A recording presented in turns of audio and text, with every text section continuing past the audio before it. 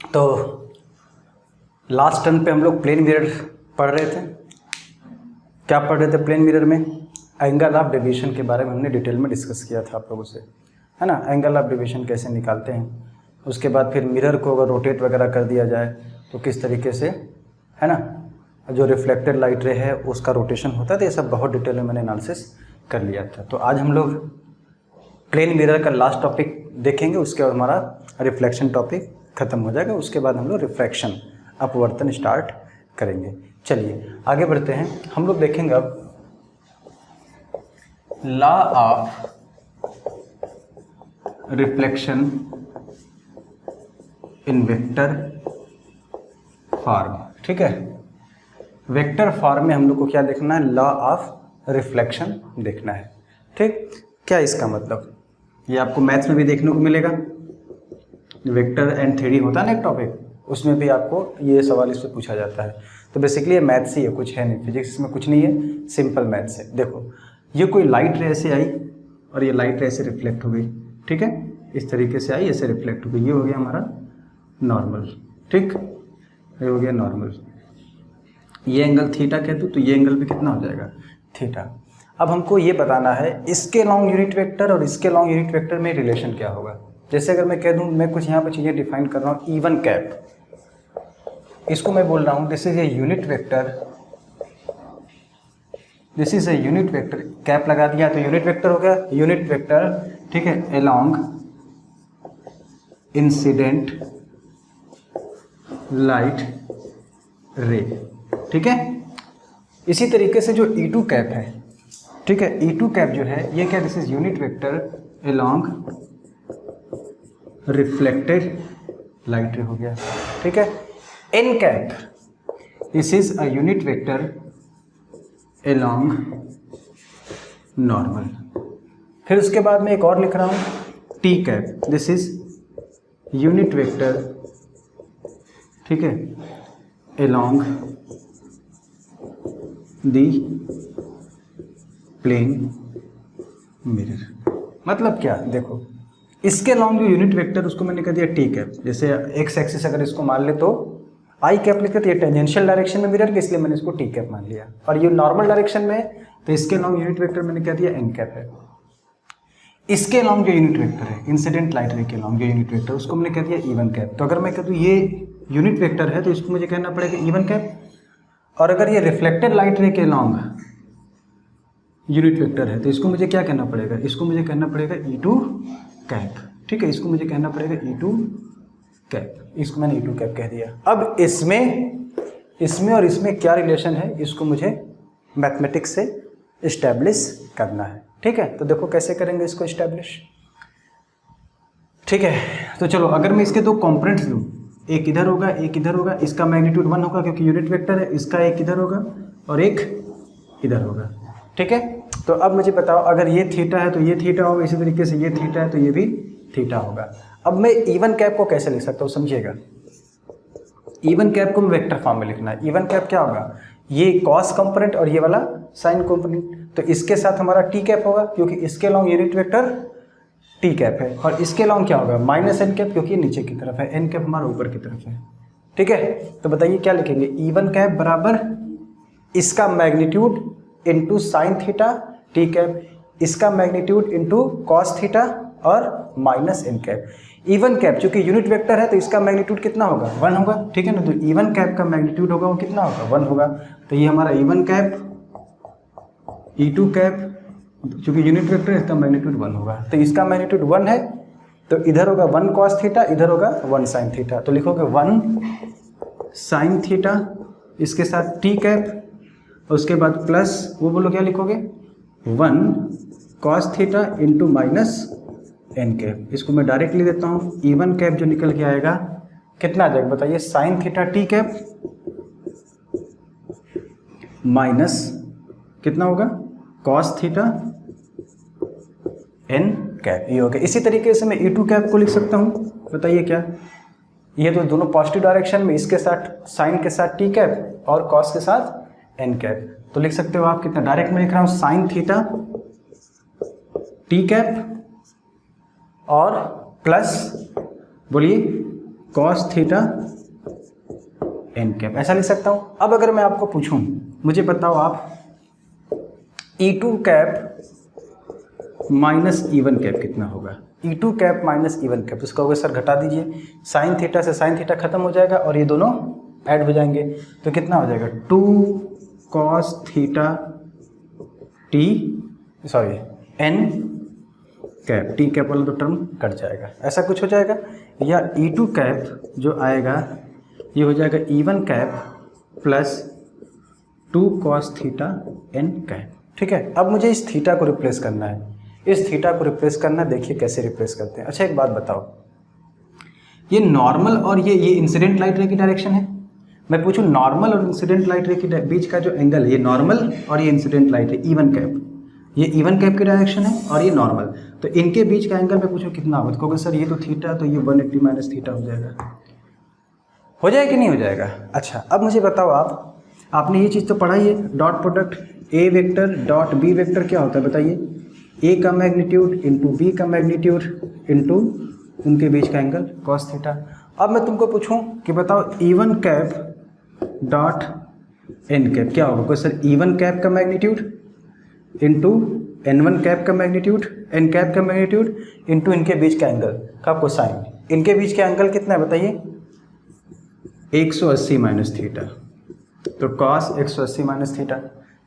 चूँकि ये दोनों यूनिट वेक्टर्स हैं तो 1 1 हुआ, और ये कॉस 180 माइनस थीटा कितना होता है, माइनस कॉस थीटा। तो E1 cap dot N cap कितना होगा, माइनस कॉस थीटा, या कॉस थीटा को मैं कह सकता हूँ minus E1 cap dot N cap आ जाएगा ना। तो अब इस चीज़ को कॉस थीटा को हम उससे रिप्लेस कर सकते हैं, तो बताइए जो E2 कैप आया वो किसके बराबर आया, E1 cap minus 2 E1 cap dot N cap, और ये बाहर एन कैप। ये कहलाता है law of reflection in vector form, ठीक है। देखो इसमें 3 चीज़ें हैं, E1 कैप, E2 कैप और एन कैप। तो अगर मुझे इंसिडेंट लाइट रे के लॉन्ग यूनिट वेक्टर पता हो, नॉर्मल किस डायरेक्शन में वो मुझे पता हो, तो क्या मैं रिफ्लेक्टेड लाइट रे के लॉन्ग यूनिट वेक्टर कैलकुलेट कर सकता हूँ कि नहीं कर सकता हूँ? बिल्कुल कर सकता हूँ। तो इस फॉर्मूले से हम लोग निकाल सकते हैं। तो चलो बहुत सिंपल, देखो कुछ मैथ्स इसमें कोई फिजिक्स नहीं है, ठीक है।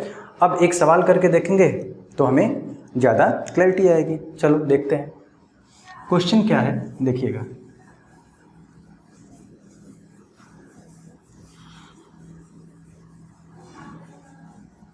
क्वेश्चन जो हमारा इस तरीके का है, क्वेश्चन में लिख देता हूं यहाँ पे। क्वेश्चन ये है, a light ray is incident on a plane mirror along vector I cap plus J cap minus K cap, ठीक है। कोई लाइट रे है वो I cap plus J cap minus K cap के लॉन्ग आ रही है, ठीक है।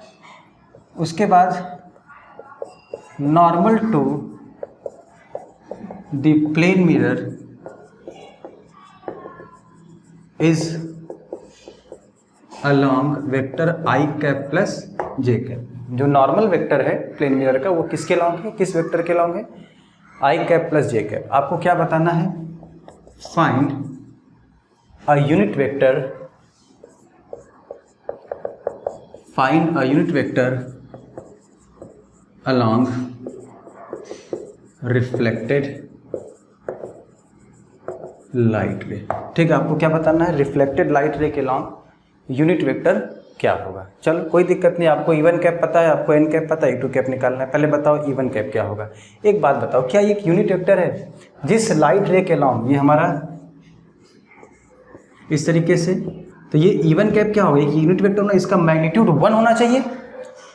तो ये इस लाइट रे के लॉन्ग, जो कि इस वेक्टर के लॉन्ग इंसिडेंट लाइट रे, लेकिन देखो क्या एक यूनिट वेक्टर है, नहीं है। अगर यूनिट वेक्टर होता तो उसका मैग्नीट्यूड 1 होता, इसका मैग्नीट्यूड √1 + 1 + 1 √3 होगा।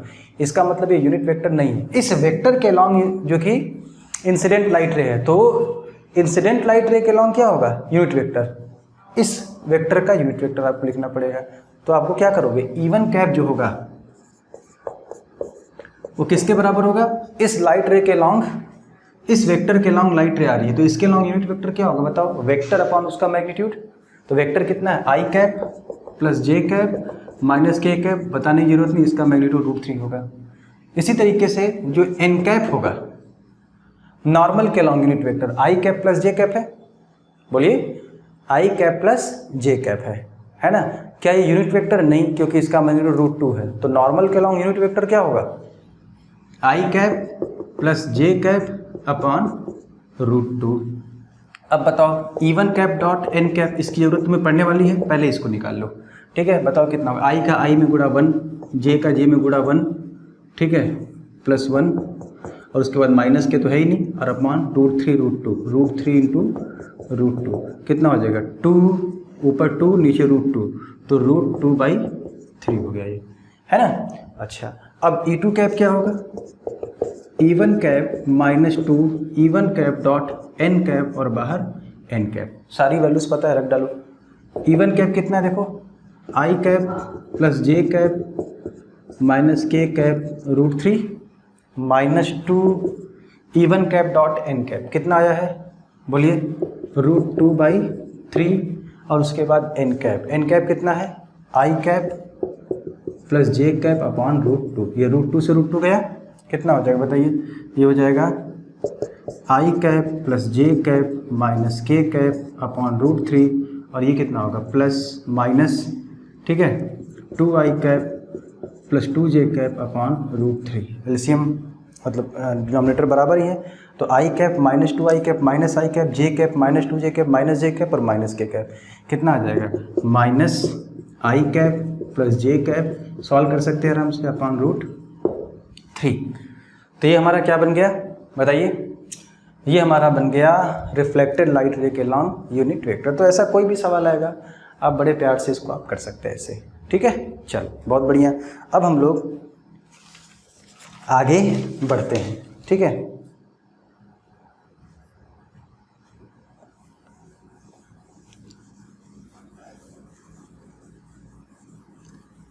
अगर दो पैरेलल मिरर रखे हों और उनके बीच में कोई एक ऑब्जेक्ट रखा हो, उनके बीच में कोई एक ऑब्जेक्ट रखा हो, तो आपको ये बताना है उससे कुल कितने इमेजेस बनेंगे और उनकी पोजीशंस डिफरेंट जो इमेजेस होंगे उनकी पोजीशंस क्या होंगे, ठीक है। तो इसका डिस्कशन थोड़ा कर लेते हैं हम लोग। देखो जैसे आप समझो, ये अपने को दो प्लेन मिरर्स दे रखे हैं, समझिएगा ध्यान से। मैं कहता हूँ कि इनके बीच की जो डिस्टेंस वो कितनी है, d है, ठीक। एक ऑब्जेक्ट अपने को यहाँ पे दिया गया है, ये कोई हमारा पॉइंट ऑब्जेक्ट है। मैं कहता हूँ इससे x डिस्टेंस पर, इससे y डिस्टेंस पे है, तो अब इसके कितने इमेज बनेंगे, इतना तो समझ में आता है, इनफाइनाइट इमेज बनता है। ये कहाँ देखा है तुमने, कभी अच्छे सैलून में आप लोग बाल कटाने गए होगे, हेयर कटिंग के लिए गए हो, ठीक है, तो आप देखते हो एक मिरर आपके फेस के सामने होता है, पीछे, ठीक है, इस सर के पीछे होता है आपके। उसके बाद अगर आप अपना इमेज देखो तो आपको लगता है कि लाइन बाय लाइन है ना, 1 2 3 4 ढेर सारे इमेजेस आपको इसमें दिखाई देते हैं, ठीक है। तो ये वही सिचुएशन है, ओके। अब देखना कुल कितने इमेज, मतलब इससे जो इमेज बनेंगे डिफरेंट उनकी पोजीशन क्या होगी, ये अपने को समझना है। इसको थोड़ा मैं इधर बना देता हूँ,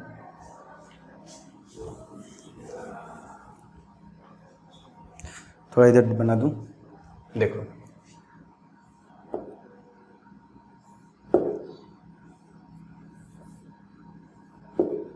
इनके बीच की डिस्टेंस d हो गई, ये m1 कह दूँ मिरर, ये कह दूँ m2, ठीक है। थोड़ा सा ध्यान समझना पड़ेगा आपको। ये ऑब्जेक्ट अपना है वो x डिस्टेंस पे और इधर से y डिस्टेंस पे, ठीक। चलो देखते हैं कुल कितने इमेज बनते हैं और कहाँ कहाँ बनते हैं। तो पहले इस मिरर m1 से स्टार्ट करते हैं, ठीक। देखो मिरर m1 से एक लाइट ले लो, ऐसे लिया, ठीक। पहला इमेज तो मिरर m1 से बनेगा, तो x डिस्टेंस पे तो यहाँ पहले एक इमेज बनेगा, मैं बाद में सारा लिख दूंगा। तो पहले x डिस्टेंस पहला इमेज बनेगा, ये इस तरीके से, है कि नहीं। पहले रिफ्लेक्शन से इमेज ये बनेगा, जितने डिस्टेंस पे ऑब्जेक्ट उतने डिस्टेंस से इमेज होगा। अब ये लाइट रिफ्लेक्ट होगी और इस पर टकराएगी इस तरीके से, देखिए, है ना। अब इस मिरर के लिए ये किसका काम करेगा, ऑब्जेक्ट का काम करेगा, इस मिरर के लिए ऑब्जेक्ट काम करेगा। अब ये कितने डिस्टेंस पर है, x प्लस डी डिस्टेंस पे, तो इसका जो इमेज बनेगा इधर कहीं बनेगा, कितने डिस्टेंस पे, x प्लस डी डिस्टेंस पे ही ऐसे कहीं यहाँ पे बनेगा। तो ये जो डिस्टेंस होगा x प्लस डी डिस्टेंस पे एक इमेज यहाँ बना, ठीक है। पीछे बढ़ाएंगे तो ये इस तरीके से होगा। अच्छा, अब ये लाइट रिफ्लेक्ट होकर इस पे गिरी है ना, जब रिफ्लेक्ट होकर इस पे गिरेगी तो इसके लिए ये किसका काम करेगा, ऑब्जेक्ट का काम करेगा। देख लो ना, ये रिफ्लेक्ट होकर लाइट इस पे गिरी तो इस रिफ्लेक्शन से जो इमेज बना यहाँ बना है कि नहीं। तो अब इसके लिए किसका काम करेगा, ऑब्जेक्ट का काम करेगा। तो बताओ कितने डिस्टेंस पे इससे भाई, ये d और ये x प्लस डी, मतलब x प्लस 2d। तो इससे जो इमेज बनेगा इधर बनेगा कितने डिस्टेंस पे, x प्लस 2d। तो x प्लस 2d कहीं मान लो यहाँ पर आएगा, ऐसा कहीं इसको पीछे बढ़ाएंगे ऐसे, ये एक इमेज यहाँ बनेगा इस मिरर से, x प्लस 2d डिस्टेंस बनेगा। एक यहाँ बन चुका है, एक यहाँ बन चुका है। अब उसके बाद क्या होगा बताओ, अब ये इस पे टकराई, अब इसके लिए ऑब्जेक्ट कौन सा होगा, इससे जो इमेज बनेगा इसके लिए ऑब्जेक्ट काम करेगा कितने डिस्टेंस पे। देखो ये हमारा हो गया कितना, x प्लस 2d था ना, ये x प्लस 2d। अब ये बताओ इससे कितने डिस्टेंस पे होगा, ये y डिस्टेंस पे, ये x प्लस 2d और ये dd, मतलब इससे कितने डिस्टेंस पे हो जाएगा, x प्लस 3d डिस्टेंस पे। भाई इसके लिए अब ये ऑब्जेक्ट हो गया, ध्यान सुनना। तो ये d और ये x प्लस 2d, तो ये किधर कितना डिस्टेंस से बनेगा, x प्लस 3d डिस्टेंस से बनेगा। तो कहीं इधर ऐसे बनेगा ऐसा, और इस तरीके से फिर ऐसे बनेगा, ठीक है। तो कितना हो गया ये x प्लस 2d और उधर कितना हो जाएगा x प्लस 3d, ठीक है ना, x प्लस 3d ऐसे बनता जाएगा। उसके बाद फिर ऐसे मतलब चलता जाएगा, छोड़ दो।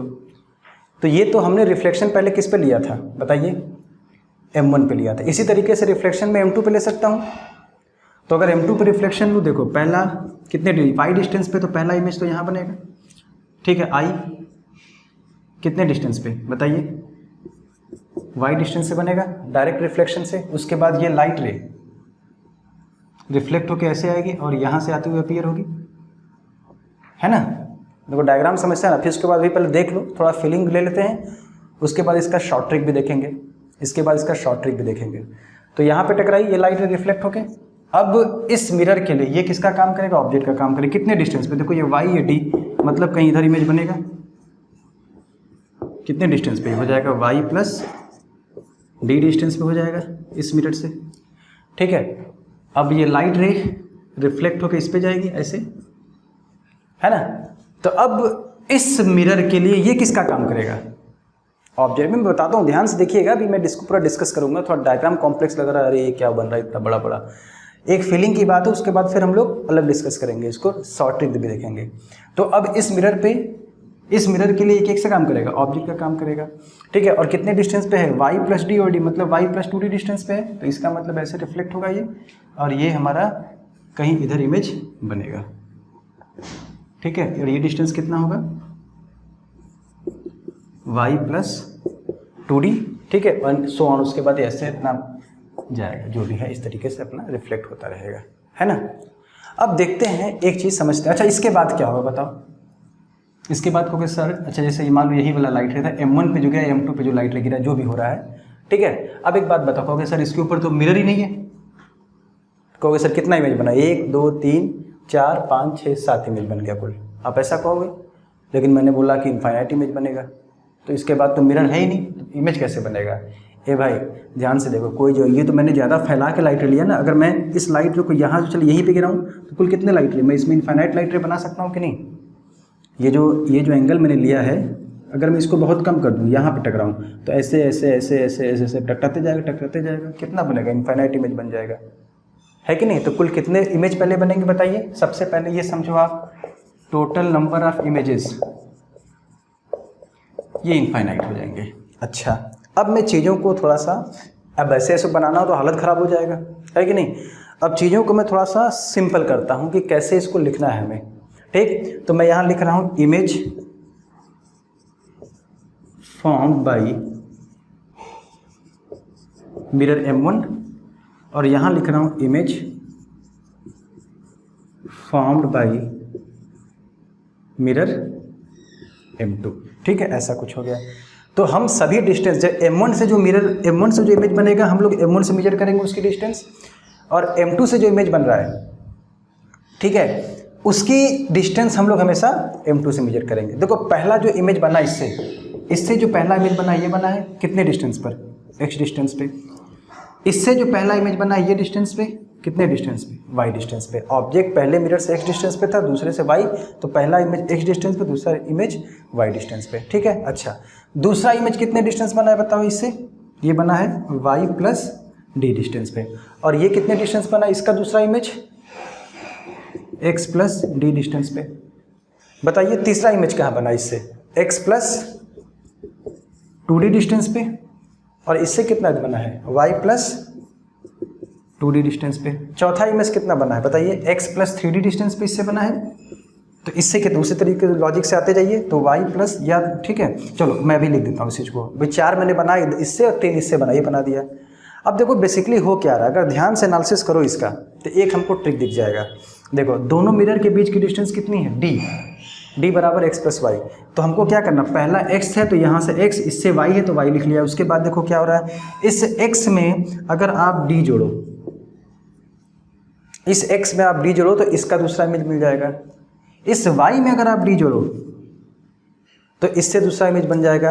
अब जो यहाँ आया इसमें तुम फिर से क्या करो, d जोड़ो तो इससे तीसरा इमेज मिल जाएगा। और इसमें अगर तुम d जोड़ो तो इससे तीसरा इमेज मिल जाएगा। फिर इससे अगर तुम d जोड़ो तो इससे चौथा इमेज मिल जाएगा, है कि नहीं बताइए। तो इसी तरीके से समझिए ध्यान से, देखो x में d जुड़ा, ये ऐसे क्रॉस, फिर ये क्रॉस, ठीक है, फिर ये क्रॉस। तो बताइए इसी तरीके से यहाँ पे क्या आना चाहिए, समझ में आ रही बात कि नहीं। देख लीजिए फिर से x, थोड़ा एक काम करते हैं इसको थोड़ा दूर लिखते हैं ना ताकि आपको क्लैरिटी आए। थोड़ा दूर दूर लिखते हैं, x ये क्या था y, फिर क्या था इससे y प्लस d, और ये क्या था x प्लस d, फिर क्या था इससे x प्लस 2d, और ये क्या था y प्लस 2d, फिर क्या था x प्लस 3d था। देखो अब फिर से एक बार देख लो, तो जब हमने x में d जोड़ा, पहले ये x डिस्टेंस ये y डिस्टेंस, तो x में मैंने d जोड़ा तो x प्लस d आया। y में मैंने d जोड़ा, जो पहला इमेज तो y डिस्टेंस से बनेगा, कोई दिक्कत नहीं, पहला तो पता ही रहेगा हमेशा, d जोड़ दिया तो y प्लस d आ गया। ठीक है, अच्छा उसके बाद क्या किया हमने, इस y प्लस, इसके बाद हमने क्या किया, इस y प्लस d में फिर d जोड़ा तो y प्लस 2d आ गया। देख रहे हैं कि नहीं आप लोग, ये y प्लस 2d आ गया। अच्छा उसके बाद ये क्रॉस क्रॉस, उसका फिर इसकी बारी आएगी, x प्लस d है तो इसमें फिर हम लोग d जोड़ेंगे तो क्या आ जाएगा, इस तरीके से आ जाएगा x प्लस 2d। फिर x प्लस 2d में जोड़ेंगे तो x प्लस 3d आया। अब किसकी बारी, इसकी बारी, इसमें जोड़ेंगे हम लोग तो यहाँ क्या आएगा बताइए, x प्लस कितना, सॉरी y प्लस 3d। तो ये हमारा फर्स्ट इमेज बनेगा, second image, third image, fourth image. पहला image, second image, third image, और ये फोर्थ इमेज। अब पांचवा इमेज बनाना होगा तो क्या करना पड़ेगा, सोचिए। पांचवा इमेज बनाने के लिए इसमें d जोड़ना पड़ेगा और इसमें जो कि d जोड़ना पड़ेगा। तो d जोड़ेंगे तो कितना होगा ये बताइए, y प्लस 4d डिस्टेंस पर आएगा दूसरे मिरर से, और इसमें कितने डिस्टेंस पर आएगा बताइए, x प्लस 4d डिस्टेंस पे। ये हमारा हो जाएगा फिफ्थ इमेज। तो कुल कितने डिस्टेंस, पहला इमेज कितने डिस्टेंस से बनेगा, दूसरा इमेज कितने डिस्टेंस से बनेगा, बहुत आराम से बिना किसी टेंशन के इसको हम लोग लिख सकते हैं। कहीं कोई समस्या नहीं आने वाली, कहीं कोई समस्या नहीं आने वाली। फिर से एक बार देख लो क्या करना है, इससे x डिस्टेंस पर है, इससे y, तो पहला इमेज इससे x डिस्टेंस तो y, तो x y लिख लिया। उसके बाद क्या करना है, इसमें d जोड़ना, इसमें d जोड़ना है क्रॉस क्रॉस करके, तो इसका दूसरा इमेज इससे दूसरा इमेज आ जाएगा। फिर इसमें d जोड़ना है, इसमें d जोड़ना है तो तीसरा इमेज का डिस्टेंस आ जाएगा। फिर इसमें d जोड़ना है, इसमें d जोड़ना है तो चौथे इमेज का आ जाएगा। फिर इसमें d जोड़ना है, इसमें d जोड़ना है पांचवें इमेज का। इसी तरीके से लिखते जाएंगे, पूरा इमेज अपने आप को दिखता जाएगा। ठीक है, तो पूरा इस तरीके से हम लोग इसको लिख सकते हैं। ठीक, तो उम्मीद है समझ में आया होगा। अब ऐसे अगर हम लोग बनाना शुरू करें तो बहुत कॉम्प्लेक्स हो जाएगा। ठीक है, ऐसे नहीं बनाएंगे, ये आपको केवल फील कराने के लिए मैंने बताया। आपको समझना कैसे है, ऐसे समझना है कि, और सभी डिस्टेंस हम लोग कहाँ से, पहले मिरर से जो इमेज बन रहा है उसको हम लोग कहाँ से मेजर कर रहे हैं, उसको हम लोग मेजर कर रहे हैं पहले मिरर से, और दूसरे मिरर से जो इमेज बन रहा है उसको अपन लोग कहाँ से मेजर कर रहे हैं, दूसरे मिरर से मेजर करते हैं। इन सब बातों का आपको ध्यान रखना पड़ेगा, ठीक है। चलो एक क्वेश्चन देखते हैं, छोटा सा, थोड़ा सा अंडरस्टैंडिंग के लिए। देखो जैसे एक मिरर ऐसा है और उसके बाद दूसरा मिरर यहाँ अपने पास है, एक ऑब्जेक्ट यहाँ पे रखा हुआ है, कहीं भी इनके बीच में रखा हुआ है, बस मिरर यहाँ तक है इसमें और इसमें मिरर यहाँ तक है। आपसे पूछा जाए, बताइए क्वेश्चन आपका है total number of images formed are, A option है 1, बी ऑप्शन है 2, सी ऑप्शन है 4, डी ऑप्शन इनफाइनाइट। ठीक है, ए ऑप्शन है 1, बी ऑप्शन है 2, सी ऑप्शन है 4 और डी ऑप्शन है आपका इनफाइनाइट।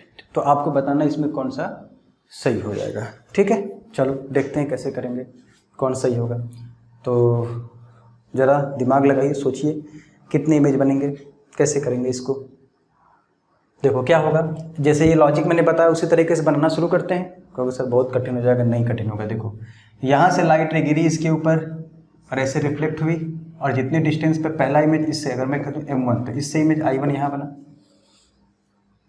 है ना। उसके बाद एक बात बताओ, अब इधर तो मिरर है ही नहीं, तो इस साइड से तो रिफ्लेक्शन का सवाल ही नहीं पैदा होता। जो भी रिफ्लेक्शन होगा मिरर के इस पार्ट से होगा। अब ये रिफ्लेक्टेड लाइट रे जो है, समझने का प्रयास करिएगा, ये जो रिफ्लेक्टेड लाइट रे क्या, अब देखो होता क्या है, M1 से जो इमेज बनेगा वो M2 के लिए ऑब्जेक्ट का काम करेगा। यही हमने पढ़ा है, पहले से जो इमेज बनेगा वो दूसरे के लिए ऑब्जेक्ट का काम करेगा। ठीक है, ये बात हमने पढ़ा है, लेकिन देखना है कि ये वैलिड भी है कि नहीं है। एक बात बताओ, रिफ्लेक्टेड लाइट रे क्या इस मिरर पे गिर सकते, मिरर तो यहीं तक है, तो रिफ्लेक्टेड लाइट रे इस पे गिरेगा नहीं। भले आपको देखने में लग रहा है ये इसके लिए किसका काम कर रहा है, ऑब्जेक्ट काम कर रहा है, लेकिन रिफ्लेक्टेड लाइट रे इस पे तो गिरनी चाहिए। पहले से लाइट रे रिफ्लेक्ट होकर जब दूसरे पे गिरेगी तभी तो इसके लिए ऑब्जेक्ट का काम करेगा, लेकिन मिरर तो है ही नहीं। जब मिरर नहीं है तो ये रिफ्लेक्टेड लाइट रे इस पे नहीं गिरेगी, तो देखने में भले ही ऑब्जेक्ट लग रहा है इसके लिए, लेकिन एक्चुअल में नहीं होगा। भाई इसके फील्ड ऑफ व्यू में अगर मिरर नहीं है तो उससे इमेज नहीं बन सकता, तो इससे केवल एक इमेज बनेगा। इसी तरीके से इधर क्या होगा, इससे लाइट रे चलेगी ऐसे मान लो, ठीक है, इधर तो जा ही नहीं सकती, ये लाइट रे ऐसे रिफ्लेक्ट होगी और ये कहीं यहाँ पे इमेज इसका बनाएगी I2 इस जगह पे। अब ये रिफ्लेक्टेड लाइट रे, अब कहोगे सर इससे जो इमेज बना वो इसके लिए ऑब्जेक्ट का काम करना चाहिए जैसे यहाँ पे था, लेकिन ये जो रिफ्लेक्टेड लाइट रे क्या अब इस मिरर पे गिर सकती है, नहीं। तो ऐसा हमको लगेगा कि इससे जो बनने वाला इमेज है इसके लिए ऑब्जेक्ट काम करेगा, लेकिन रिफ्लेक्टेड लाइट रे, ये जो इमेज रिफ्लेक्शन से बना है, ये रिफ्लेक्टेड लाइट रे इस पर गिर नहीं सकती, इसलिए अब ये इसके लिए ऑब्जेक्ट का काम नहीं करेगा। ठीक है, ऑब्जेक्ट का काम करना और एक्चुअल में उसको होल्ड करना दोनों अलग अलग बातें हैं। ठीक, तो कुल कितने इमेज बनेंगे, ये 2 इमेज बनेंगे, ये कुल 2 इमेज बनेंगे। अच्छा, एक सवाल अगर इसमें पूछा जाए कि अगर किसी ऑब्जर्वर को कुल कितने इमेज दिखाए, बन तो 2 रहे हैं, लेकिन अगर सवाल पूछा जाए कि किसी ऑब्जर्वर को कुल कितने इमेज दिखाई देंगे, तो उसका जवाब क्या होगा, 2 ना, उसका जवाब होगा 1, है ना। उसको दिखाई भले ही बन 2 रहे हैं, लेकिन कोई भी ऑब्जर्वर एक टाइम में केवल एक ही इमेज देख पाएगा। इसका क्या लॉजिक है यार, रिफ्लेक्टेड लाइट रिसीव करेगा तभी इमेज बनेगा, तो अगर इस रीजन में इस लाइन के ऊपर होगा तो ये वाला देख पाएगा, और इस लाइन के नीचे होगा तो केवल ये वाला देख पाएगा। ये लाइट रे और ये लाइट रे एक साथ उसकी आंखों में नहीं जा सकती। उस हॉरिजॉन्टल लाइन के ऊपर रहेगा तो पहला इमेज देख पाएगा, और अगर हॉरिजॉन्टल लाइन के नीचे रहेगा तो वो दूसरा इमेज देख पाएगा। एक साथ दोनों इमेज को वो नहीं देख सकता, है ना। तो 2 अलग अलग सवाल, कुल कितने इमेज बनेंगे, 2, लेकिन कोई ऑब्जर्वर कितने इमेज देख पाएगा एक साथ, उसका जवाब क्या होगा, केवल 1। ठीक है, उसका जवाब केवल होगा 1। तो इस बात को आपको ध्यान रखना है। चलिए, तो ये बात समझ में अगर आ गई तो चलो एक सवाल करके देखते हैं इस पर हम लोग।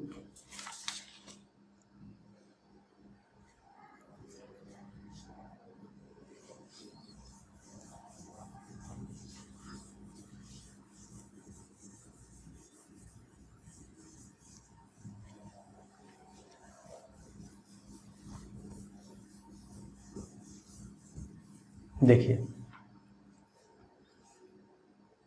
सवाल हमारा कुछ ऐसा है, ये दो plane mirrors, very long plane mirrors, दो लॉन्ग प्लेन मिरर्स इस तरीके से,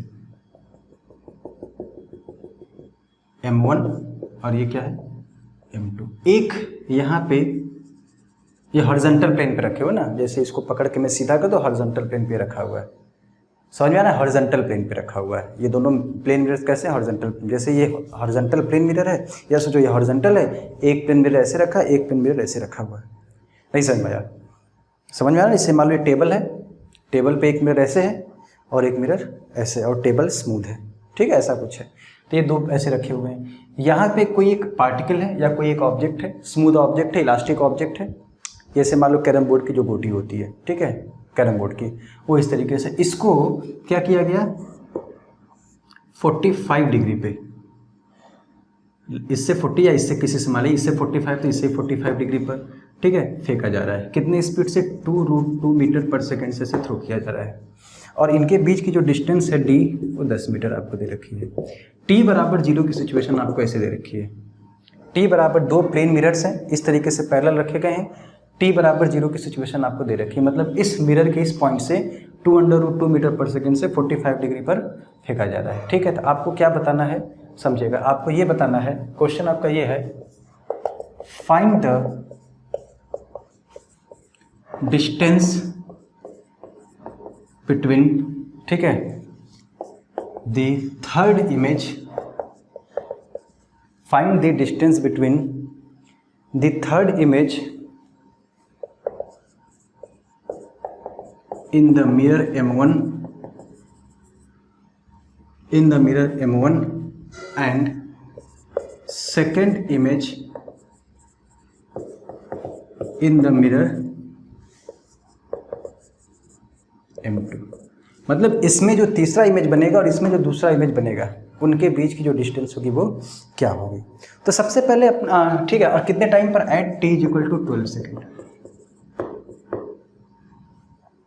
ये आपका सवाल है। तो सबसे पहले अपने को ये देखना पड़ेगा कि t = 12 सेकेंड पे वो जो एग्जैक्टली जो ये जो ऑब्जेक्ट है, जो इलास्टिक गोटी है, इलास्टिक कॉइन जो है, वो कहाँ पे लाई करेगा। तो इसको हम लोग देख, सवाल तो आपको नोट करना, मैं इसी में सॉल्व करता हूँ ना, सवाल अच्छे से देख लीजिए। अब इसी में सॉल्व करता हूँ, आप प्रॉपरली नोटबुक पे इस पर लिख लेना, इसी पे सॉल्व करते हैं।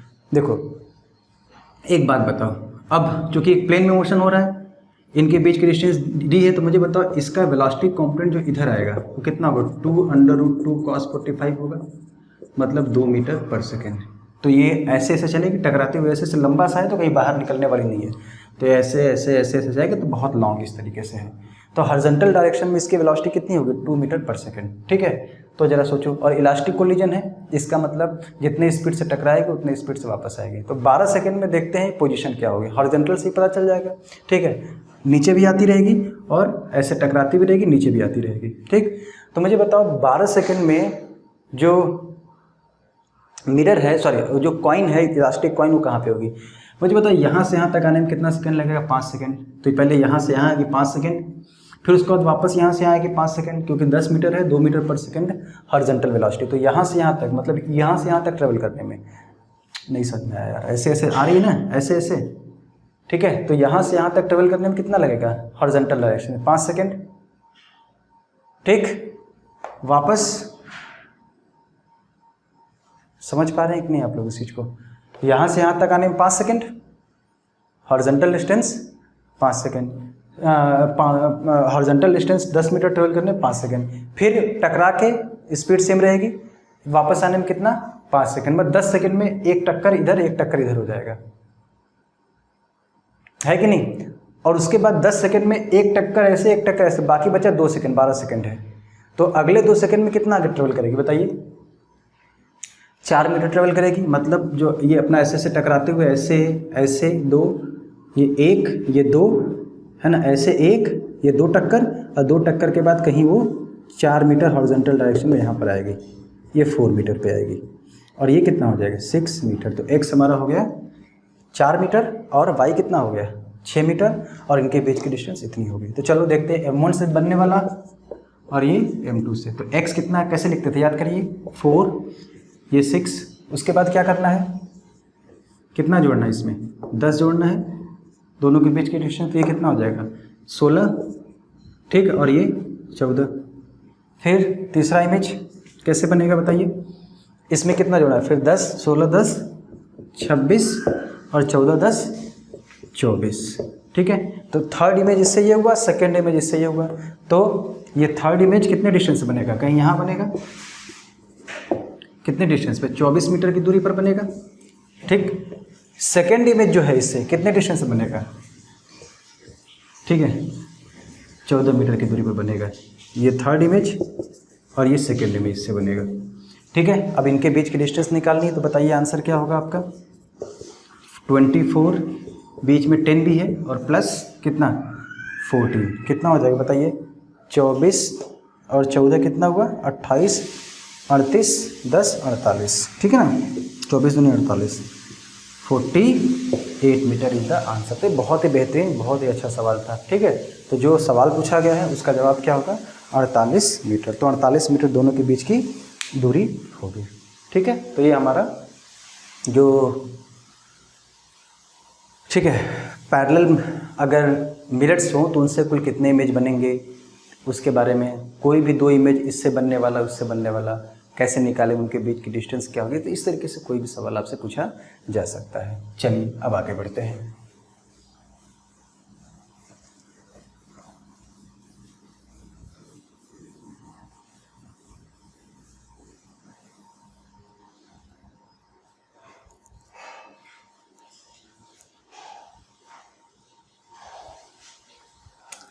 अब देखेंगे अगर इंक्लाइंड प्लेन मिरर्स हो, ठीक है, अगर इंक्लाइंड प्लेन मिरर्स हो तो उनसे इमेज का फॉर्मेशन किस तरीके से होता है, ठीक है। तो इंक्लाइंड प्लेन मिरर अगर दिए गए हैं तो उससे किस तरीके से इमेज का फॉर्मेशन होता है, थोड़ा सा ध्यान से आपको सुनना पड़ेगा, ठीक है। तो आप कहोगे इमेजेस फॉर्म्ड, ठीक है, बाय इंक्लाइंड प्लेन मिरर्स। तो एक छोटे से एग्जांपल से हम लोग शुरुआत करेंगे। जैसे मान लो ये दो प्लेन मिरर है, M1 और ये क्या है M2, ठीक है। अब कोई एक ऑब्जेक्ट है वो यहाँ पे कहीं रखा हुआ है, ऑब्जेक्ट O बराबर डिस्टेंस पे, मतलब इसके एंगल बाइसेक्टर पे, A डिस्टेंस पे, ये भी A डिस्टेंस पर, ठीक है, इस तरीके से रखा हुआ है, ओके। तो आपको बताना है इससे कितना इमेज बनेगा, इनके बीच का एंगल 90 डिग्री दोनों मिरर के बीच का है। तो चलो देखते हैं कैसे बनेगा। तो इसके लिए क्या करेंगे बताइए, लाइट ले लेंगे, इस पर गिराएंगे ऐसे,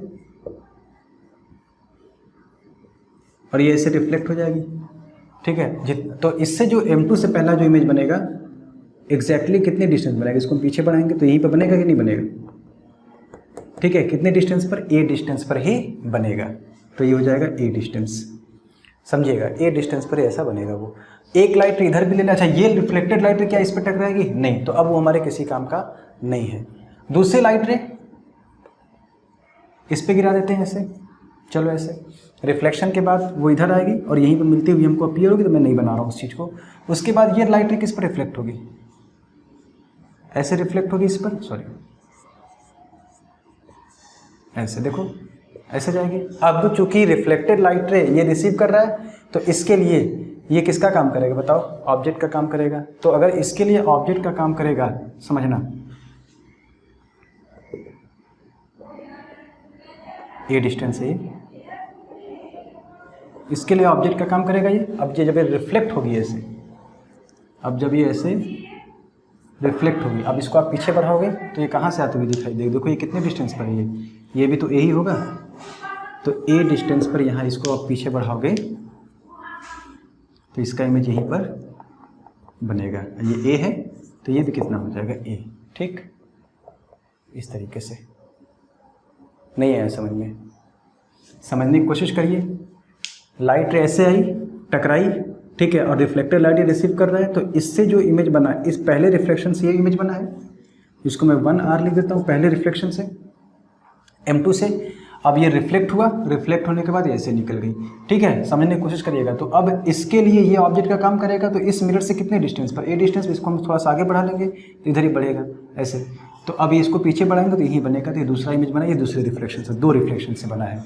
अच्छा, ये लाइट रे और ये लाइट रे पैरेलल निकलेंगी, क्यों, याद करो 2 थीटा होता है ना angle of deviation, 2 theta angle of deviation, ठीक है। तो 2 थीटा कितना हुआ यहाँ पे 90 मतलब 180, 90 यहाँ पर है एंगल इनके बीच का, तो टी थीटा मतलब कितना हुआ 180, तो 180 डिग्री एंगल ऑफ डेविएशन हुआ, मतलब दोनों लाइटें पैरेलल निकलेंगी। अभी मैंने पहले किस पे लाइटें गिराया, इस पे गिराया तो ये 2 इमेज बने, लेकिन अब उसके बाद अब पहला रिफ्लेक्शन इससे लिया है फिर इससे, अब ऐसा भी हो सकता है पहला रिफ्लेक्शन इससे ले फिर इससे ले, तब भी 2 इमेज बनेंगे। चलो देखते हैं कैसे बनेगा, ठीक है, उसको भी देख लेते हैं। तो देखो आप,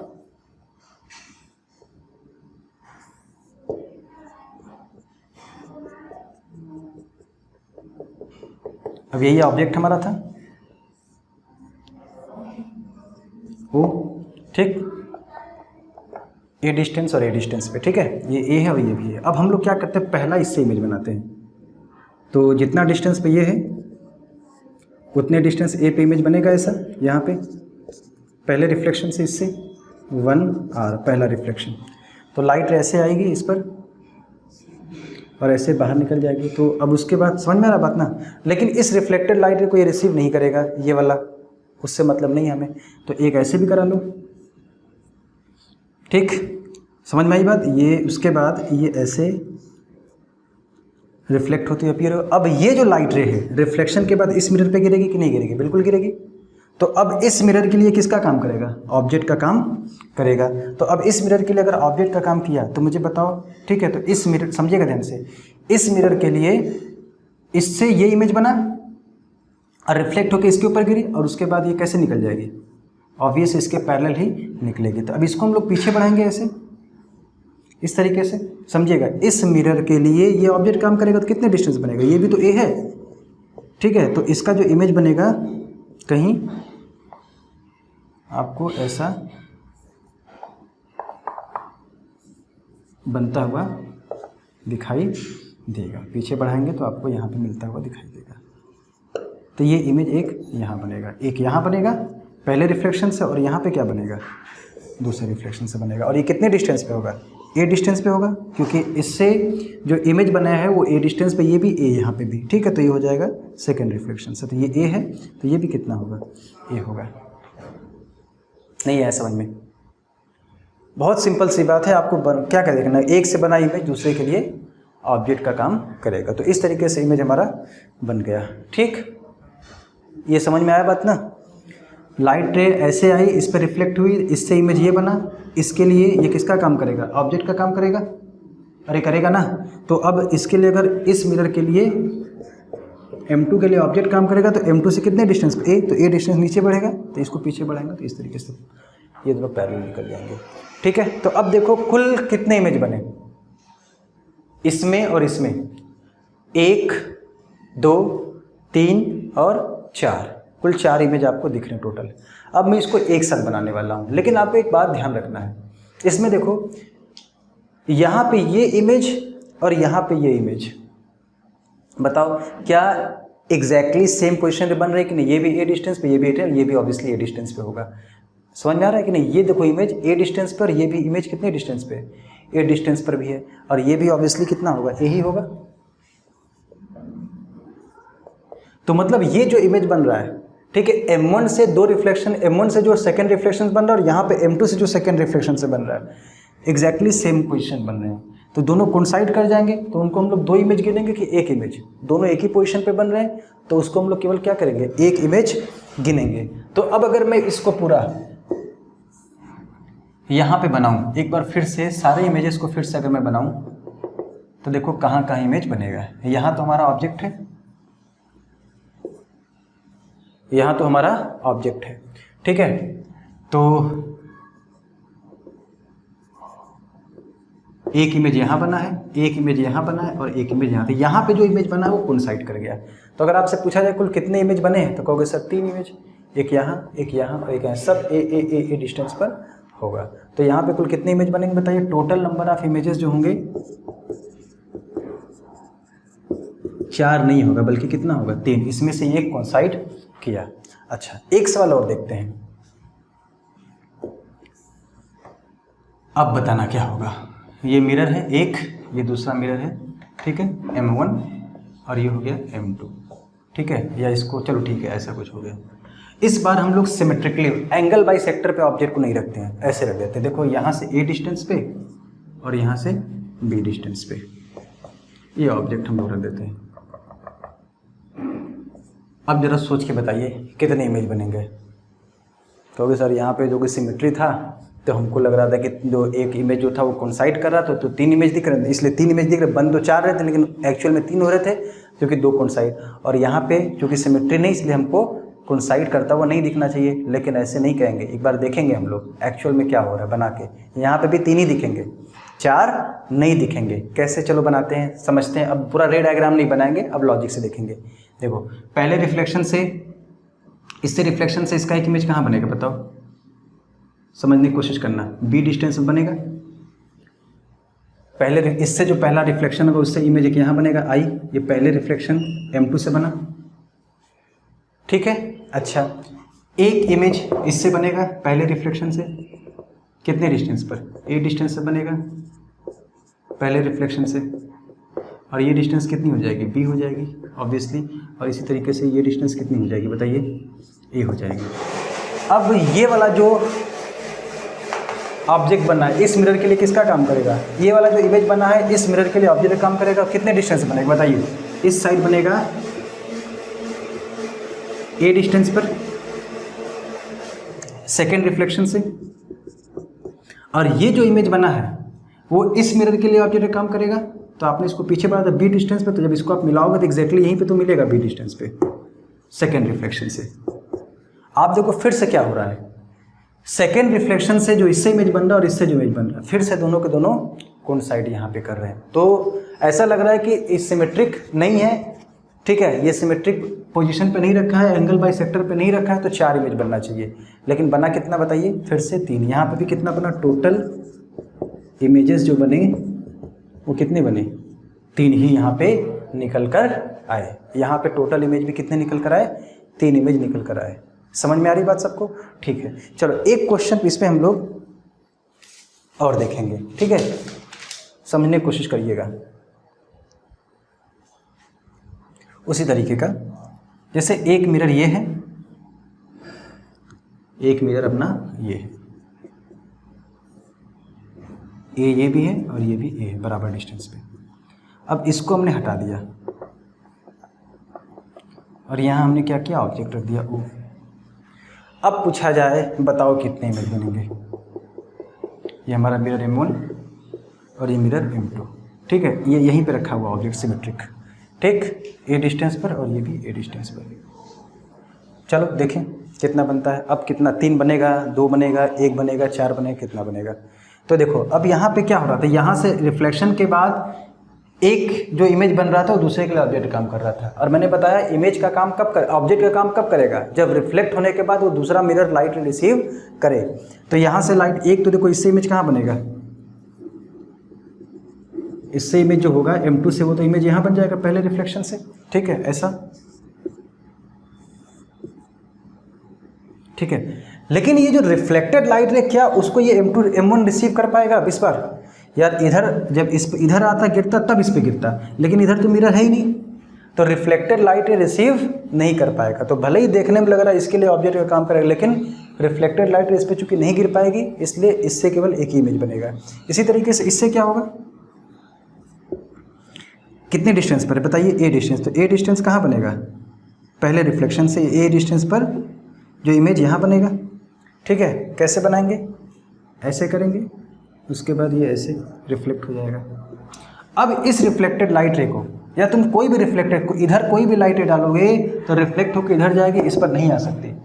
तो रिफ्लेक्टेड, इससे जो रिफ्लेक्टेड लाइट है उसको ये रिसीव नहीं कर पाएगी। अगर मिरर इधर होता तो इस पे ऐसे गिरती और इस पे रिफ्लेक्ट करती, तब हम कहते हैं इससे जो इमेज बनाओ इसके लिए ऑब्जेक्ट का काम करेगा। तो एक इमेज यहाँ बनेगा, एक इमेज यहाँ बनेगा, सेकेंड रिफ्लेक्शन इस पे, सेकेंड रिफ्लेक्शन से कोई इमेज नहीं बनेगा। तो यहाँ पे टोटल कितनी इमेज बनेगी बताइए?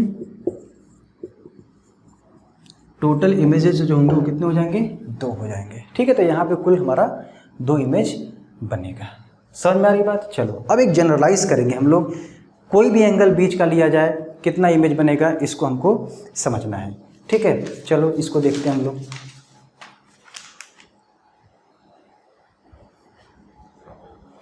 ठीक, देखो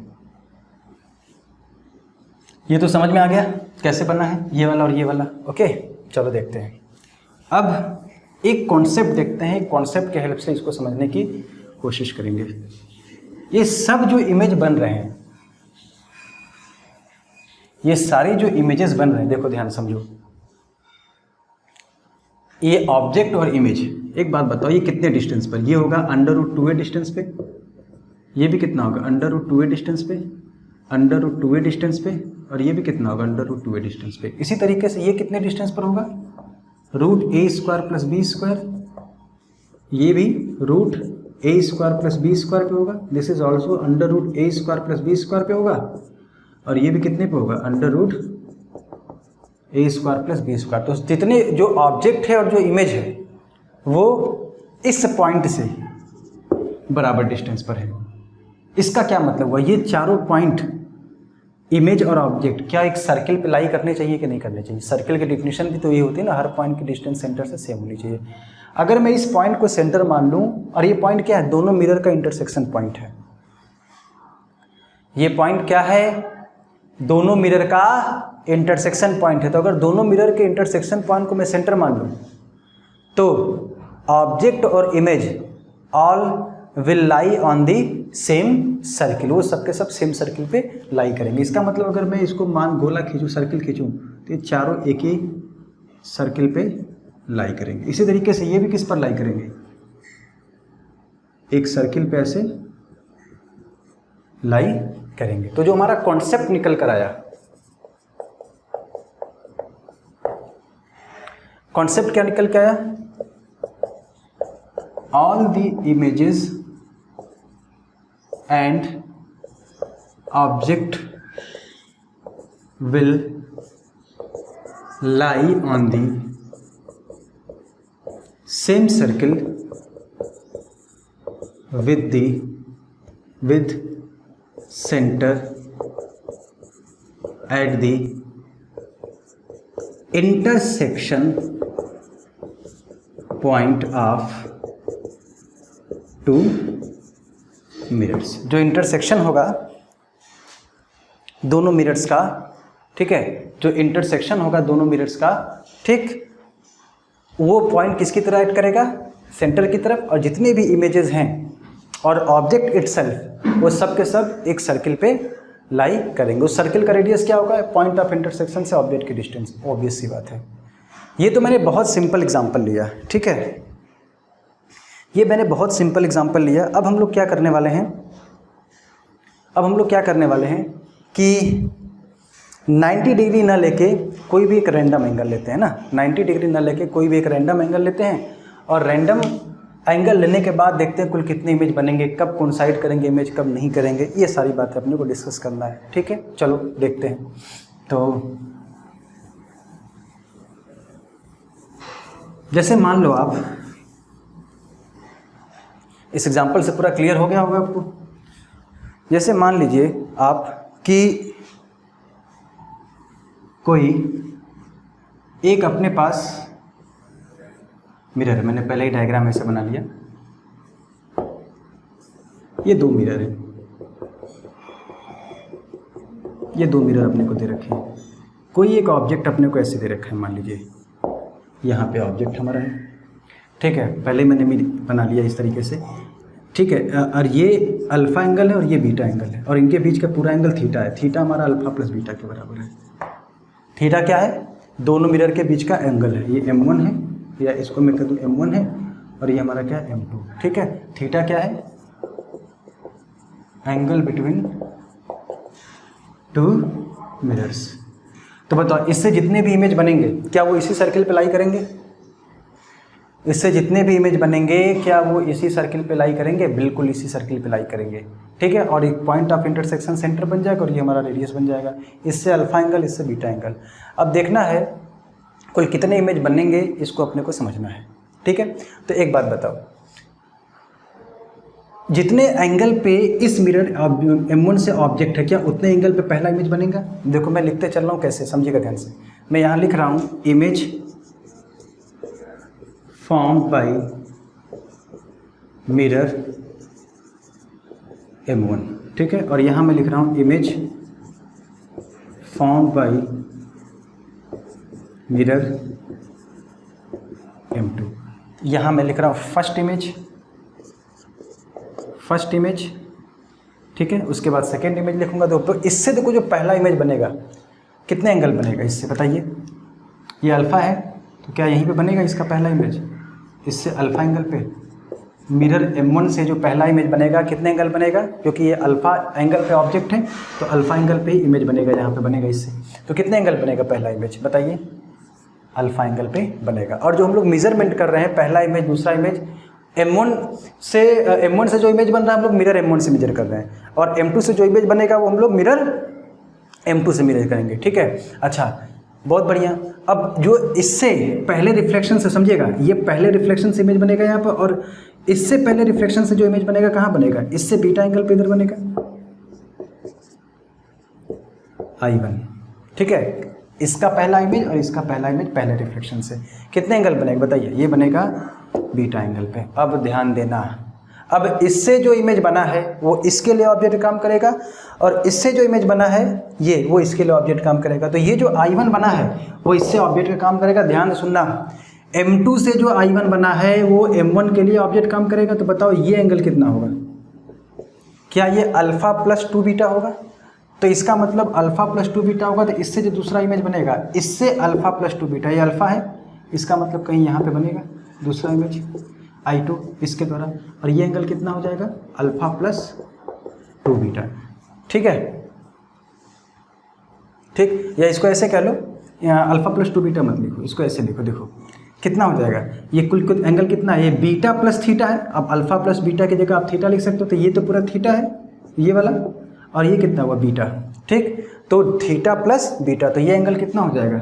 बीटा प्लस थीटा। मतलब जो दूसरा इमेज बना M1 से वो कितने एंगल बना बताइए? बीटा प्लस थीटा, थीटा दोनों के बीच का एंगल है, ठीक है। अच्छा, इसी तरीके से M1 से जो पहला इमेज बना था I1 वो इस M2 के लिए ऑब्जेक्ट का काम करेगा। तो बता M2 से कितना एंगल इसका है? ध्यान से देखना, ये तो थीटा है, ये थीटा और ये अल्फ़ा, तो इससे इसके लिए ये ऑब्जेक्ट है, तो कितना एंगल हो गया? थीटा प्लस अल्फ़ा हो गया। तो जो दूसरा इमेज बनेगा इससे, कहीं मान लीजिए यहाँ बना थीटा प्लस अल्फ़ा डिस्टेंस पे, इस वाले से थीटा प्लस अल्फ़ा एंगल पे बनेगा। तो ये कितना हो जाएगा? अल्फ़ा प्लस थीटा दूसरा इमेज, ठीक है। तो ये हमारा फर्स्ट इमेज हुआ, ये हमारा सेकेंड इमेज बना, ठीक। इसी तरीके से हम लोग थर्ड इमेज की बात करते हैं, लिखते जाएंगे। जरा सोचो, अब मैं डायग्राम नहीं बना रहा, कॉम्प्लेक्स हो जाएगा। अब देखो M2 से जो दूसरा इमेज बना है कितने एंगल बना है? थीटा प्लस अल्फा एंगल पे। अब इसके लिए ऑब्जेक्ट का काम करेगा, M1 के लिए ऑब्जेक्ट का काम करेगा। देखो तो ये थीटा प्लस अल्फा और ये थीटा, फिर तो इस M1 से कितना एंगल बनाया? अल्फा प्लस 2 थीटा एंगल बनाया। तो ये कितना हो जाएगा? Alpha plus 2 theta. इसी तरीके से देखो ये वाला M2 के लिए ये ऑब्जेक्ट का काम करेगा, ये M1 से दूसरा इमेज बना है तो ये दूसरा इमेज M2 के लिए ऑब्जेक्ट का काम करेगा। कितना एंगल देखो होगा बताना जरा? ये कितना हो जाएगा? बीटा प्लस थीटा तो था ये पूरा, और ये फिर से थीटा, कितना हो जाएगा? Beta plus 2 theta. इस तरीके से थर्ड इमेज। अब जरा देखो, अब हम लोग पैटर्न देख लेते हैं क्या आ रहा है, ठीक है। तो पैटर्न अगर देखें तो देखो अल्फा बीटा, इससे अल्फा एंगल, इससे बीटा एंगल ऑब्जेक्ट रखा हुआ है। तो पहला एंगल अल्फा पे बना, दूसरा जो कि इमेज बीटा बना। उसके बाद क्या करना है? अगर मैं इसमें थीटा जोड़ दूँ और इसमें थीटा जोड़ दूँ तो मुझे दूसरा इमेज मिल जा रहा है। अब इसमें फिर से वही लॉजिक पैरेलल वाला, थीटा जोड़ दूँ, ठीक है, और फिर से इसमें थीटा जोड़ दूँ तो मुझे तीसरा इमेज मिल जाएगा। बताओ चौथा इमेज कहाँ मिलेगा? इसमें फिर से थीटा जोड़ दो, इसमें फिर से थीटा जोड़ दो, तो अल्फा प्लस 3 थीटा और ये बीटा प्लस कितना, बोलिए 3 थीटा। ऐसे हम लोग जोड़ते जाएंगे, ठीक है। अब देखो, अब ऐसा थोड़ी कि जोड़ते जाओगे इमेज आपको मिलता जाएगा। देखो कब तक इमेज मिलता जाएगा, हमको इमेज तब तक मिलता जाएगा जब तक ये एंगल 180 डिग्री या उससे ज़्यादा न हो जाए। तो क्या करना, इसी तरीके से जोड़ते जाएंगे और क्या करना, finally stop till the angle becomes 180 degree और ग्रेटर। और सेम चीज़ यहाँ पे भी लिख लेना है, क्या, stop till the angle becomes 180 degree या ग्रेटर। मतलब आप जोड़ते एंगल अल्फा बीटा पता रहेगा, उनके बीच का एंगल पता होगा दोनों मिरर का। जोड़ते जाओ, जैसे ही आपको एंगल 180 डिग्री या उससे ज़्यादा मिला वहीं पे रुक जाना है। 180 डिग्री भी आ रहा है उसको भी नहीं लेना है, उससे ज़्यादा आ रहा है उससे भी नहीं लेना, उसके ऊपर तक ही बनेगा। कितने इमेज बनेंगे इसको काउंट कर लेंगे, 1 2 3 4, इधर भी 1 2 3 4 काउंट कर लेंगे, ठीक है। इस तरीके से टोटल इमेज बन जाएगा। अब सवाल ये उठता है कि सर ये बताइए आप, क्यों 180 डिग्री या उससे ज़्यादा पे हमको रुक जाना है? इसका भी जवाब हमारे पास है। क्या जवाब होगा, एक बात बताओ जरा सोचो। जैसे ये मिरर हमारा M1 था ना, सोचो ये ऑब्जेक्ट इसको हमने पीछे बढ़ाया, ये हमने कोई ऑब्जेक्ट कहीं यहाँ पे रखा है, तो जो भी इसका इमेज बनेगा, सोच के देखो, इससे जो भी इमेज बनेगा, समझिएगा, वो इसके इधर ही बन सकता है ना। देखो जैसे ऑब्जेक्ट है तो इसका जो इमेज इसमें बनेगा वो केवल इस रीजन में ही तो बन सकता है, अब इसके इधर थोड़ी बन सकता है। इस मिरर के द्वारा इसका जो ऑब्जेक्ट है, इस मिरर के द्वारा इस ऑब्जेक्ट का जो इमेज है वो इस लाइन के इधर ही बनेगा ना यार। ऐसा थोड़ी कोई भी इमेज, ये तो रिफ्लेक्टिंग सरफेस, ये इसको पीछे हमने बढ़ाया ऐसे, तो जो भी इमेज बनेगा इस लाइन के इस साइड ही बनेगा ना, इस साइड तो बनेगा नहीं। तो अगर कोई भी इमेज और यहाँ भी नहीं बन सकता, तो इसका मतलब हम लोग जो एंगल मेजर कर रहे हैं वो यहीं से मेजर कर रहे हैं। देखो यहीं से अल्फा M1 से मेजर कर रहे हैं, तो ये इस रीजन में इमेज बनेगा, इसके बियॉन्ड कोई भी इमेज इससे नहीं जा सकता। तो ये एंगल कितना है, 180 डिग्री। तो यहाँ तो एग्जैक्टली बन नहीं सकता, जो भी बनेगा इधर बनेगा। तो आप एंगल जोड़ते आए, जैसे ही 180 या एक्सीड किया, इसका मतलब वो इमेज संभावना उसकी नहीं है। सेम लॉजिक इस मिरर के साथ भी लगा सकते हैं। समझ में आ रहा है कि नहीं, क्योंकि फिर इमेज इसके पीछे बनने लगेगा जो संभव नहीं है। तो इस तरीके से हम लोग काउंट कर लेंगे। अच्छा, एक चीज़ और हम बता दें आपको, देखो ऐसे भी संभावना है कि जो फाइनल, जैसे आपने देखा था जो अंतिम इमेज बन रहा था, फाइनल इमेज बन रहा था, वो कोइंसाइड कर भी सकता है और नहीं भी कर सकता है। वो कोइंसाइड कर भी सकता है और नहीं भी कर सकता। अगर इमेज कोइंसाइड कर गया तो कैसे पता चलेगा? अब यार इतना लंबा चौड़ा बना के तो देख नहीं सकते बार बार हम लोग, उसको भी लॉजिक समझते हैं कि इमेज कब कोइंसाइड करेगा ना। इमेज कब कोइंसाइड करेगा उसको भी हम लोग लॉजिक से देख लेते हैं। कब इमेज कोइंसाइड करेगा, देखो ये तो क्लियर सबको। चलो देखते हैं इमेज कब कोइंसाइड करेगा। जैसे मान लो आप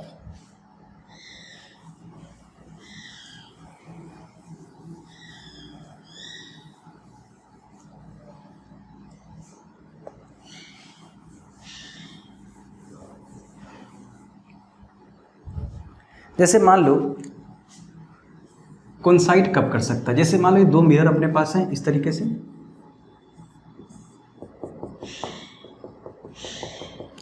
इनके बीच का एंगल कितना है, थीटा है। जैसे मान लो किसी पॉइंट पे, जैसे मान लो यहाँ पे इससे बनने वाला और इससे बनने वाला जो मिरर वो कोइंसाइड करे, इमेज वो कोइंसाइड किया, यहाँ पे कोइंसाइड, ये कोइंसाइड किया, तो क्या होगा? इसको मैंने ऐसे देखो मिलाया, कोइंसाइड किया। मान लो यहाँ पे कोइंसाइड कर रहा है, तो जो हम लोग एंगल बना रहे थे M1 वाला ये था, M2 वाला ये था, हम लोग एंगल इससे बना रहे थे, इससे बना रहे थे। तो जब कोइंसाइड करेगा तो क्या होगा, ये एंगल और इनका सम, जहाँ कोइंसाइड होगा इससे बना एंगल, इस रेडियस वेक्टर का, इससे बना एंगल और इससे बना एंगल, तीनों का सम 360 होना चाहिए। मतलब अगर मैं ये कह दूँ कितना है, ये θ1 है, ये θ2 है और ये थीटा, तो θ1 प्लस θ2 प्लस 180, अगर ये प्लस थीटा, ये 360 डिग्री अगर आया तो इसका मतलब कोइंसाइड हो रहा होगा। तो क्या निष्कर्ष निकला, कैसे पता करेंगे? आप देखो जो भी कोइंसिडेंस होगा आखिरी में ही होगा। तो जो लास्ट एंगल बन रहे हैं, M1 में जो लास्ट एंगल बन रहा है, M2 में जो पॉसिबल लास्ट एंगल बन रहा है, उनको जोड़ लो, तो लास्ट एंगल ये होगा, लास्ट एंगल ये होगा। उसके बाद दोनों के बीच के एंगल जोड़ दो, दोनों मिरर के बीच का एंगल, वो एग्जैक्टली अगर 360 डिग्री आता है तो हम लोग कहेंगे कोइंसाइड होगा, अदरवाइज कोइंसाइड नहीं होगा। तो क्या कहोगे, नोट करके इस बात को लिखोगे, to check whether the last image coincide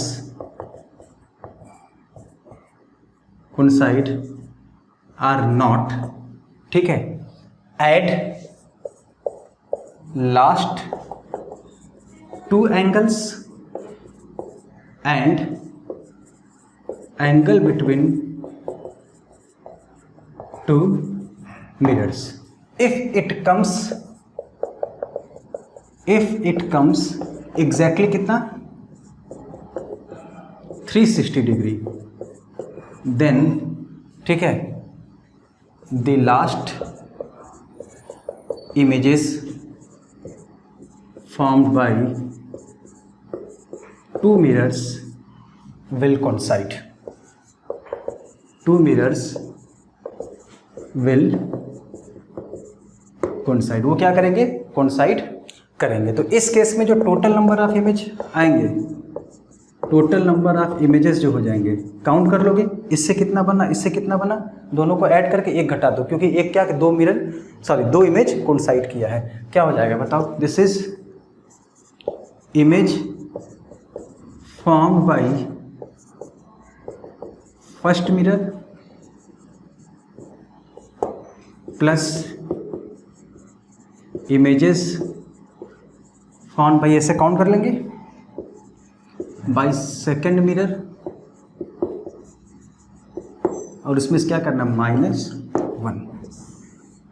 ये हमारा आंसर हो जाएगा. ठीक है, ये हमारा क्या हो जाएगा, आंसर हो जाएगा. ठीक, बहुत बढ़िया. अब कुछ इलस्ट्रेशंस इसमें देख लेते हैं हम लोग. ठीक है, कुछ इलस्ट्रेशंस देख लेते हैं कि कैसे सब कितने इमेज बनेंगे. ओके, चलो देखते हैं. अच्छे सारी बातों को समझ लीजिएगा ना, थोड़ा सा कठिन टॉपिक है तो, लेकिन सुनेंगे सब कुछ तो अच्छे समझ में आ जाएगा. ठीक है,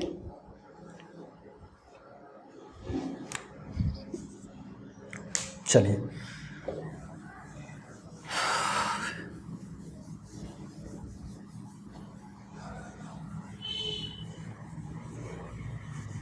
एक दो सवाल देख लेते हैं फटाफट.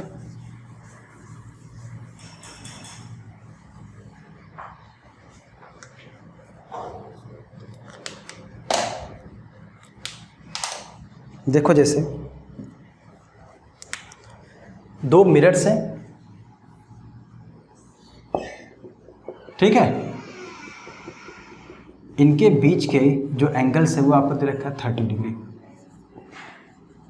और जो ऑब्जेक्ट है वो कहीं यहाँ रखा है, मान लो इससे 10 डिग्री पे और इससे 20 डिग्री पे.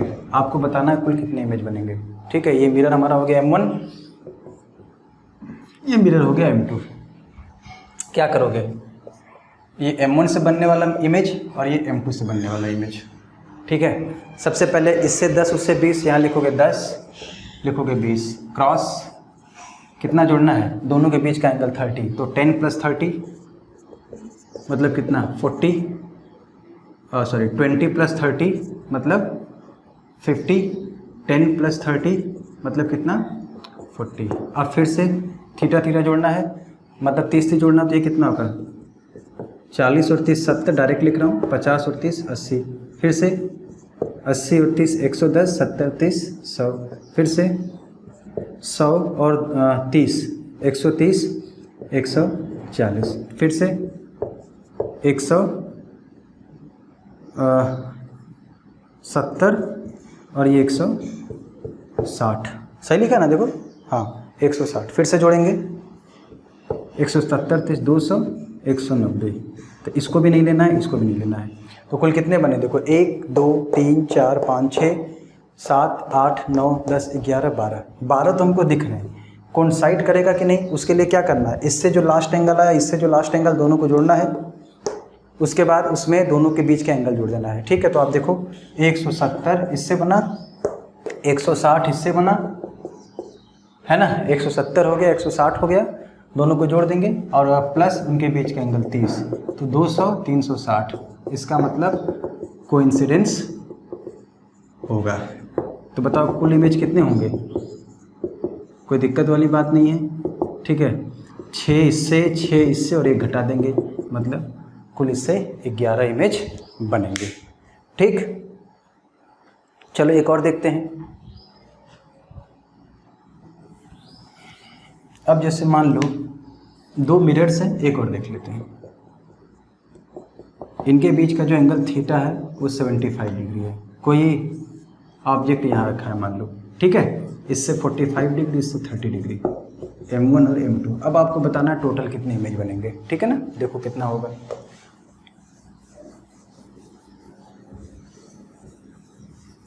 क्या करोगे, पहले से 45, दूसरे से 30 जोड़ना पड़ेगा आपको। 45 + 75, सॉरी 30 + 75 और 45 + 75 कितना आएगा यार, ये 75, 80, 120 डिग्री आएगा। और ये कितना आएगा, 75, 30, 105। फिर जोड़ेंगे कितना आएगा, 105 और 75, 180। और ये कितना होगा, 105, 120 और 75, 195। इसको भी नहीं लेना, इसको भी नहीं लेना। ठीक, 1, 2, 3, 4 इमेज। और फाइनल इमेज के लिए दोनों को जोड़ो कोइंसिडेंस के लिए। 105 + 120 प्लस इनके बीच का एंगल 75 कितना होगा यार, ये 120, हाँ सॉरी 180 और 20, 200, 300। इसका मतलब नो कोइंसिडेंस। तो टोटल इमेज कितना हो जाएगा, 4 बनेगा। टोटल इमेज कितना हो जाएगा, 4 हो जाएगा। ठीक है, अच्छा किताबों में जनरली क्या दिया होता है, एक फार्मूला दिया होता है 360/θ करके, कि अगर इतना है तो इतने इमेज बनेंगे, इतना है तो इतना इमेज बनेगा। ठीक है, एक उसको भी देख लेते हैं, लेकिन मेन हमने जो बताया ये हमेशा काम करेगा, लेकिन जो फार्मूला है वो हमेशा काम नहीं करेगा। उस फार्मूले को एक बार हम लोग देख लेते हैं। ठीक है, देखो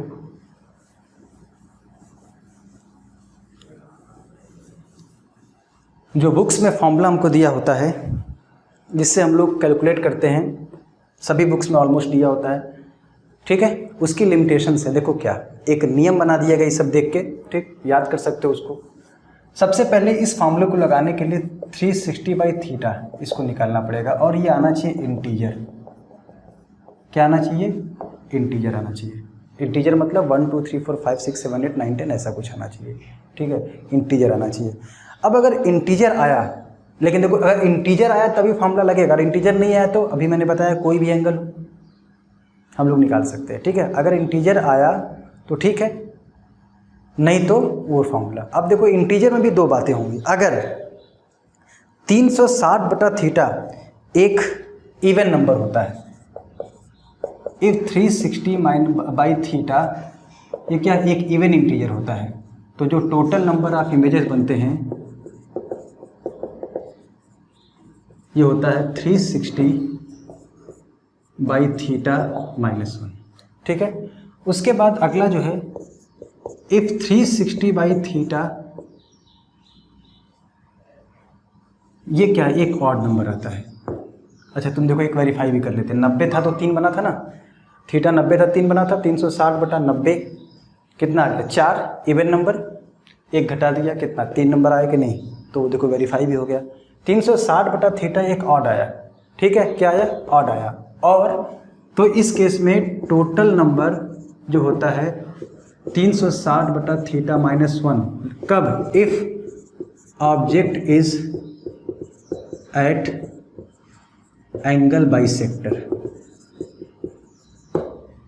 अगर ऑब्जेक्ट कहाँ पे है, एंगल बाइसेक्टर पे लाई कर रहा है, और 360/θ ऑड नंबर आता है, जैसे 3 5 7 आता है, तो उसका भी जवाब क्या होगा 360/θ-1। ठीक है, और अगर 360/θ ऑड आता है तो टोटल नंबर जो आएंगे इमेजेस के ये होता है 360/θ है, यदि object is not lying at the angle bisector. अगर ऑब्जेक्ट एंगल बाइसेक्टर पे लाई नहीं कर रहा है तो ऐसा कुछ होगा। बात समझ में आया, ठीक है, बहुत बढ़िया। तो ये कोई मतलब ये तो ऐसा ही बस नियम हो गया, ये कोई मतलब ऐसा कुछ नहीं है कि हमेशा काम करेगा, जब इंटीजर आएगा तभी काम कर, उसके बाद इतना सारा रटना पड़ेगा। इसके पहले वाला पूरी फीलिंग के साथ आपको पूरा मैंने लॉजिक बताया, तो उसको आप याद रखोगे तो ज़्यादा अच्छा रहेगा। ठीक है, एक और अब बात बता दूं, मैं तुम्हें एक डायग्राम बना के दिखाता हूँ बस लास्ट। देखो जैसे अगर मैं कह दूं दो मिरर्स हैं M1 और M2, इनके बीच का एंगल कितना है, देखो 60 डिग्री है। कितना भाई, 60 डिग्री। कितना इमेज बनेगा बताओ, नंबर ऑफ इमेजेस 360 बटा थीटा करो 60, कितना होगा 6, इवन नंबर हुआ। ठीक है, पहले 360 बटा थीटा निकालो, कितना हुआ 6, ये क्या है, इवन आया। ठीक है, कहाँ कितना आया, इवन आया। और ऑब्जेक्ट हमारा कहाँ पे है, मान लो कि यहीं पे रखा हुआ है ऑब्जेक्ट, यहाँ पे 30 डिग्री पे ऑब्जेक्ट रखा हुआ है। ठीक है, तो इवन आया तो उसमें देखना नहीं है कि सिमेट्रिक रखा है या सिमेट्रिक नहीं रखा है, हमेशा सेम आएगा। देखो याद करो, स्क्वायर था, सॉरी, चाहे हम ए डिस्टेंस पर रखे थे, ए बी डिस्टेंस पर रखे थे, दोनों केस में इमेज 3 ही आया था। ठीक है, तो मुझे बताओ अगर इवन आ गया तो नंबर ऑफ इमेजेस कितने होंगे, 6 -1 360 बटा थीटा माइनस, मतलब कुल 5 इमेज बनेगा। एक बार इसको देख लेते हैं कहाँ कहाँ वो इमेज बनेगा, उसकी भी प्रैक्टिस कर लेते हैं फटाफट। ये इसका सेंटर, ये 60 डिग्री। ठीक है, M1 और ये M2। ठीक, चलो देखो M1 से M2 से 60, सॉरी ये 30, ये 30, 90 हो जाएगा। ये भी कितना हो जाएगा, 90, फिर 60 जोड़ोगे 150, 150। ठीक, उसके बाद 60 जोड़ोगे 180, ये नहीं करना, ये नहीं करना। और अंतिम वाला कौन साइड करेगा इस बार, देख लो, दिख रहा था हमको कैसे, 150 प्लस 150 300, और प्लस कितना इनके बीच का एंगल 60, 360 आया। इसका मतलब कौन साइड करेगा, तो कुल कितने बनेंगे, 5 बनेंगे। कहाँ कहाँ बनेंगे देखते हैं। तो पहला कहाँ बनेगा, M1 से 30 डिग्री पे, तो देखो ये 60 है, तो ये तो 30 डिग्री पे हुआ, तो पहला इमेज यहाँ बनेगा M1 से। अच्छा, M1 M2 से पहला इमेज कहाँ बनेगा, 30 पे बनेगा, मतलब ये तुम्हारा 60 था तो 30 कहीं इधर होगा, I1 M2 से। अच्छा, इससे कितना बनेगा 90 डिग्री पर, तो 30 ये होगा, तो 60 कहीं यहाँ पे होगा, 60 डिग्री, तभी तो 30 और 60 90, ये I2 होगा M1 से। उससे भी 90, ये 30 हुआ, तो 60 कहाँ पे होगा, इससे 90 मतलब यहाँ बनेगा I2। तीसरा 150 डिग्री पे ना, तो ये 90 इधर हो गया, और 60 कहीं हमारा, मान लीजिए कहीं हमारा यहाँ पे कहीं होगा ना। ये कितना हो जाएगा देखो, 60 30, ये हो जाए 130 90 30 120 30 डिग्री पे, इससे कहीं यहाँ बनेगा ना। तो कितना हो जाएगा, 150 हुआ कि नहीं, 150 ही हो जाएगा, 30 60 90 और ये 60, इसी तरीके से 60 ये हो जाएगा 150, और ये दोनों कौन साइड यहाँ पे कट जाएंगे, ये हमारा I3, ये दो रिफ्लेक्शन से, मतलब जो आपका ये कौन साइड करने वाला जो है। तो इस तरीके से हम लोग देख सकते हैं कहाँ कहाँ पे इमेज बन सकता है मेरे भाई।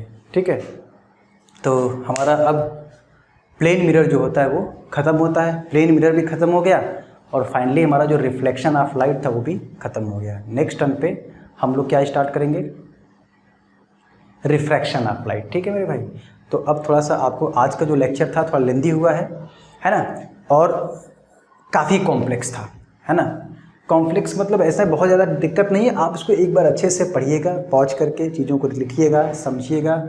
लिखना इंपॉर्टेंट है, लिखिएगा, जितनी बार आप लिखोगे अपने से बनाओगे आपकी अंडरस्टैंडिंग उतनी ही ज़्यादा बढ़ेगी। तो इसको आप पार्ट पार्ट में करके इस वीडियो को देखिएगा आराम आराम से। ठीक है, तो फिर मिलते हैं हम लोग नेक्स्ट लेक्चर में रिफ्रैक्शन यानी अपवर्तन के साथ। अब आपको जो शीट दी गई है उसको पूरा सॉल्व कर सकते हैं, उसका डिस्कशन मैं भी अपलोड करवा दूंगा। ठीक है, थैंक यू वेरी मच।